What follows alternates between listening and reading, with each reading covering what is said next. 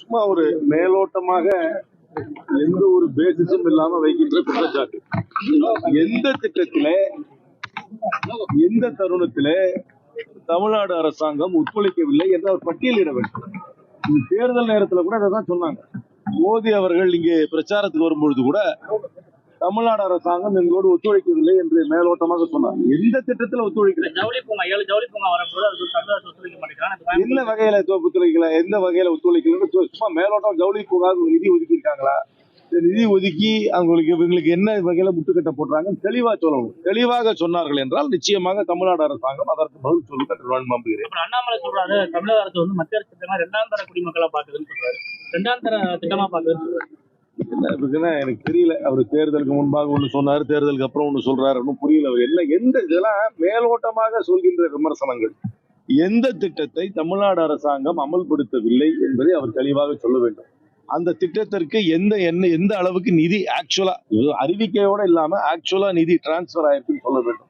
அந்த நிதி வந்து அந்த தமிழ்நாட்டுக்கு வந்து அந்த நிதியை வந்து தமிழ்நாடு அரசாங்கம் செலவு பண்ணவில்லை என்பதை சொல்ல வேண்டும். அப்படி ஆதாரத்தோடு அவர் சொன்னார் என்றால் புள்ளி விவரமா வந்து இருக்கணும்ல, கவர்மெண்ட் தான் அவங்க சொன்னார் என்றால் அதற்கு பதில் சொல்லலாம். தமிழ்நாடு வந்து பட்ஜெட் வந்து புறக்கணிக்கிறதா சொல்றாங்க. ஆனா வந்து கடந்த காங்கிரஸ் திமுக கூட்டணியில 5 முறை வந்து தமிழ்நாடு பெயரை இடம்பெறாம இருந்துச்சு அப்படின்ற மாதிரி அண்ணாமலை பேர் சொல்றாங்களா, பேர் சொல்லல சர்ச்சைக்கு நான் போக விரும்பல. நான் 2-3 உதாரணம் மட்டும் சொல்றேன்.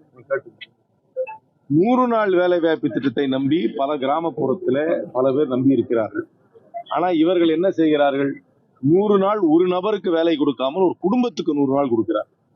அதற்கு மேலாக 60 வயதுக்கு மேலே இருப்பவர்களை டிஸ்கரேஜ் பண்றாங்க. அவங்க வராதீங்க 100 நாள் வேலை வாய்ப்பு திட்டத்துக்கு சொல்றாங்க. இரண்டாவது, நாங்கள் வந்து ஊதியத்தை கூட்டி கொடுக்க வேண்டும் என்று சொல்லி இருக்கிறோம். ஊதியத்தை கூட்டி கொடுக்கவில்லை. எங்களுடைய தேர்தல் அறிக்கையில நாங்கள் 400 ரூபாய் கூட்டி கொடுக்க வேண்டும் என்று சொல்றோம். அவங்க கூட்டி கொடுக்கணும்.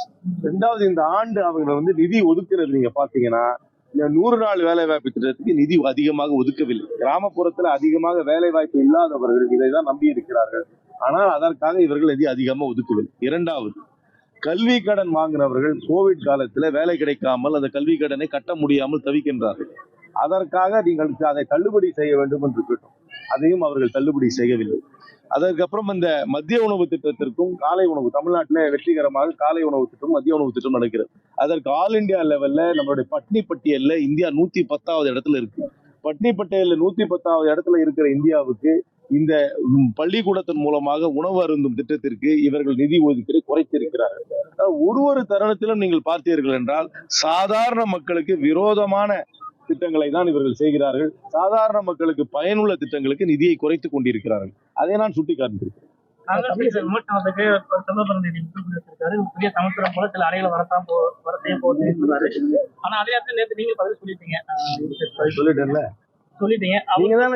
ரெண்டாவது, புதுக்கோட்டைக்காரங்க இந்த கேள்வியே கேட்கக்கூடாது.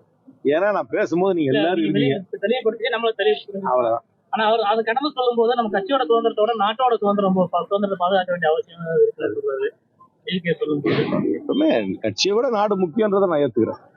தமிழிசை சவுந்தரராஜன் வந்து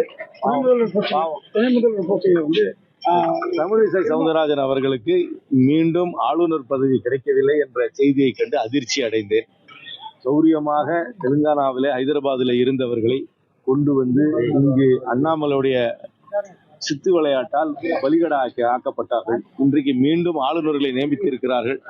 சகோதரி தமிழிசை சவுந்தரராஜனுக்கு அந்த வாய்ப்பு மறுக்கப்பட்டதை கண்டு நான் வருத்தமடைகிறேன். துணை முதல்வர் தேர்தல் வந்து திருமாவளவன் யாரை அமைச்சராக்க வேண்டும், யாருக்கு பதவி உயர்வு தர வேண்டும், யாரை நீக்க வேண்டும் என்பது ஒரு முதலமைச்சருடைய முழு உரிமை. முதலமைச்சர் ஒரு மாநிலத்தில் தேர்ந்தெடுக்கப்பட்ட முதலமைச்சர் யாரை வேண்டுமானாலும் அமைச்சரவையில சேர்த்துக் கொள்ளலாம், நீக்கலாம், பதவி உயர்வு கொடுக்கலாம். அதே போலதான் இந்தியாவிலும் பிரதமர்.